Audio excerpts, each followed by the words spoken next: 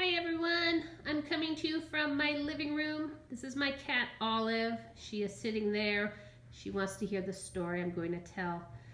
I am sitting here in my pajamas and we are just going to kick back and listen to a book. I have been wanting to share this book, The Lemonade War, with you. I haven't read it myself. I hear it's great and I thought, why not? Let's do it starting today. So this is The Lemonade War. It's by the author Jacqueline Davies. It was born in 2007. There's the copyright date. And she dedicates this book to Tom, Kim, and Leslie.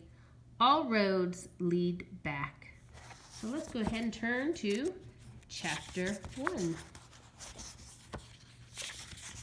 I'm not as good with the video as Mr. Harbert's. Chapter 1. Slump. Slump. Noun. A drop in the activity of a business or the economy. Sort of what we are seeing right now. Evan lay on his back in the dark, throwing the baseball up in a straight line and catching it in his bare hands. Thwop, thwop. The ball made a satisfying sound as it slapped his palm. His legs flopped in a V, his arms stretched up to the ceiling, and the thought that if he missed, he'd probably break his nose made the game just interesting enough to keep going.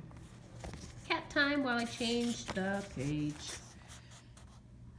On the floor above, he heard footsteps, his mother's, and then a long, loud, scraping, groaning sound. He stopped throwing the ball to listen. His mother was dragging something heavy across the kitchen floor, probably the broken air conditioner. A week ago, right at the beginning of the heat wave, the air conditioner in his mother's attic office had broken. The man from Sears had installed a brand new one, but left the old one sitting right in the middle of the kitchen floor. The Treskys had been walking around it all week. Scrape. Evan stood up. His mom was strong, but this was a two-person job. Hopefully, she wouldn't ask him why he was hiding in the dark basement. And hopefully Jessie wouldn't be in the kitchen at all. He'd been avoiding her for 2 days now, and it was just getting harder by the minute. The house wasn't that big. Evan had his hand on the railing when the scraping noise stopped. He heard footsteps fading to silence. She'd given up. Probably the heat, he thought. It was that kind of weather, giving up kind of weather. He went back to lying on the floor. Thwop, thwop. Then he heard the basement door open. Pshh. Evan caught the ball and froze. Evan! Jessie's voice sounded echoey in the darkness. Evan! You down there? Evan held his breath. He lay completely still. The only thing that moved was the pins and needles prickling in his fingers. He heard the door start to close. Long breath out, but then it stopped and opened again. Footsteps on the carpeted stairs, a black outline of Jessie standing on the bottom step with daylight squirting all around her. Evan didn't move a muscle. Evan, is that you? Jessie took one short step into the basement. Is that? She inched her way toward him, then kicked him with her bare foot. Hey, watch it. Would ya? Said Evan, swatting her leg. He suddenly felt stupid lying there in the dark. Cat time. I thought you were a sleeping bag, she said. I couldn't see. What are you doing down here? How come the lights are off? It's too hot with the lights on, he said. He talked in a flat voice, trying to sound like the most boring person on the whole planet. If he kept it up, Jessie might just leave him alone. Mom's back in her office, said Jessie, lying down on the couch. Working. She groaned as she said the word. Evan didn't say anything.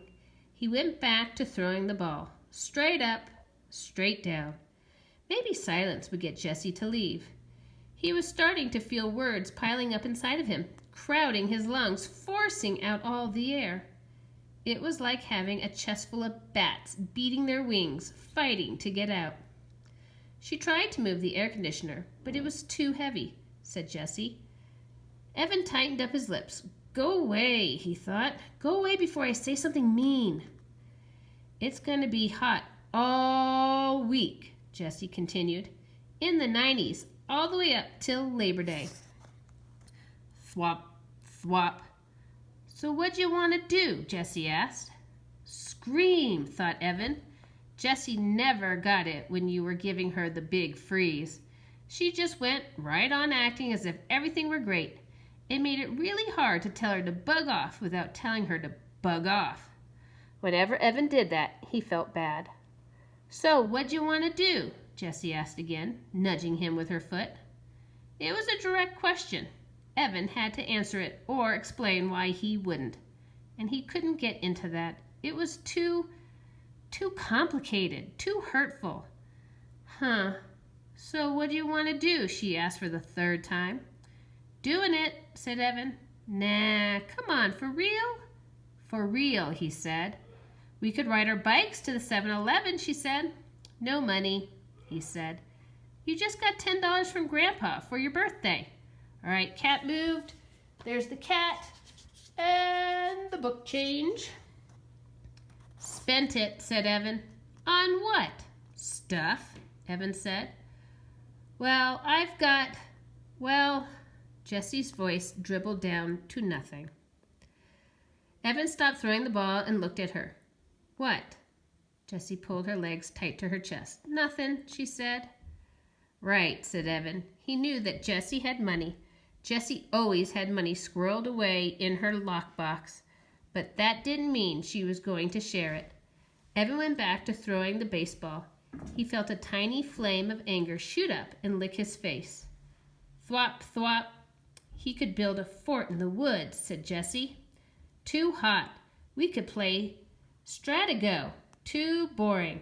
We could build a track and race marbles. Too stupid. A thin spider web of sweat draped itself over his forehead, spreading into his hair. With every throw, he told himself, it's not her fault. But he could feel his anger growing. He started popping his elbow to put a little more juice on the ball. It was flying a good 4 feet into the air every time. Straight up, straight down. Pop, thwop, pop, thwop. The bats in his chest were going nuts. What is the matter with you? Asked Jessie. You've been so weird the last couple of days. Oh man, here they come. I just don't want to play a dumb game like Stratago, he said. You like Stratago. I only picked that because it's your favorite game. I was being nice, in case you hadn't noticed. Look, there are only 6 days left of summer, and I'm not going to waste them playing a dumb game. Evan felt his heartbeat speed up. Part of him wanted to stuff a sock in his mouth, and part of him wanted to deck his sister. It's a stupid game, and it's for cat time. And it's for babies, and I don't want to play a stupid baby game. Pop, thwop, pop, thwop. Why are you being so mean? Evan knew he was being mean, and he hated being mean, especially to her. But he couldn't help it. He was so angry and so humiliated and so full of bats. There was nothing else he could be, except alone. And she'd taken even that away from him. You're the genius, he said. You go figure it out. Good. That would shut her up for once. Evan watched the ball fly in the air. Is this because of the letter? Jessie asked. Crack. Evan had taken his eyes off the ball for 1 second, just for 1 second, and the ball came crashing down on his nose. Crud, oh crud! He curled over into his side, grabbing his nose with both hands. There was a blinding, blooming pain right behind his eyes that was quickly spreading to the outer edges of his skull. Do you want some ice? He heard Jessie ask in a calm voice. What do you think? He shouted. Yeah, she stood up. No, I don't want any stupid ice. The pain was starting to go away like a humongous wave that crashes with a lot of noise and spray, and then slowly fizzles away into nothing. Evan rolled into a sitting position and took his hands away from his nose. With his thumb and index finger, he started to pinch the bridge. Was it still in a straight line? Jessie peered at his face in the dim light. "You're not bleeding," she said. "Yeah, well, it hurts," he said, "a lot." "It's not broken," she said. "You don't know that," he said. "You don't know everything you know. You think you do, but you don't. It's not even swollen. You're making a big deal of nothing." Evan held his nose with one hand and hit his sister's knee with the other. Then he picked up the baseball and struggled to his feet. "Leave me alone." All right, dog time. There's the dog on the floor as we change the page. "I came down here to get away from you, and you just had to follow. You ruined everything. You ruined my summer, and now you're going to ruin school. I hate you." When he got to the bottom of the steps, he threw the baseball down in disgust. Thud. All right, Chapter 2, Breakup. So, tomorrow we will read Chapter 2, Breakup. Until then, I hope you're having a great Saturday, and we will see each other again. Bye.